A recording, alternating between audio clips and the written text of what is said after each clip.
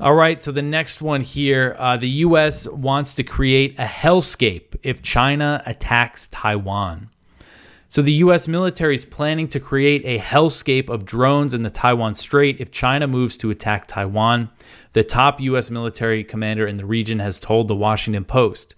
So Admiral Samuel Paparo, he's the head of U.S. Indo-Pacific Command. He told Washington Post columnist Josh Rogan that the idea would be to send thousands of drones, unmanned submarines, and drone boats into the strait to buy time for the U.S. and Taiwan to prepare a defense of the island.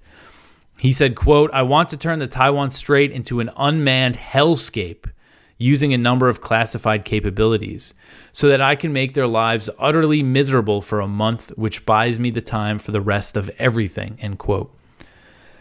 So a very provocative thing for the U.S. military commander, the highest level U.S. he's the head of U.S. Indo-Pacific Command. He's the top dog over there in the Asia Pacific in the U.S. military, and he's saying he wants to turn the Taiwan Strait into a hellscape for China if they move on Taiwan. So the U.S. has taken steps in this direction of developing swarms of drones for a future war with China.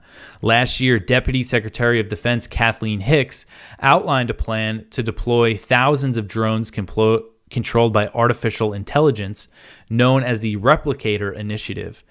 She said, quote, "With Replicator, we're beginning with all-domain attritable autonomy, or ADA2, to help us overcome China's advantage in mass. More ships, more missiles, more forces," end quote. And she said this at a conference in September 2023, and that she said the U.S. plans to deploy the drones at a scale of multiple thousands in multiple domains within the next 18 to 24 months. So again, she said that almost a year ago, September 2023.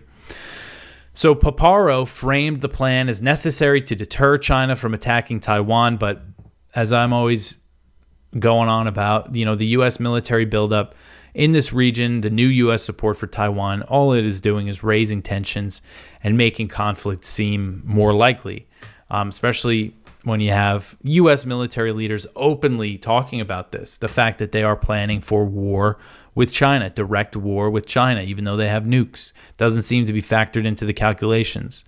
And you listen to this language that he uses when he talks about this. He said, quote, "The region has got two choices.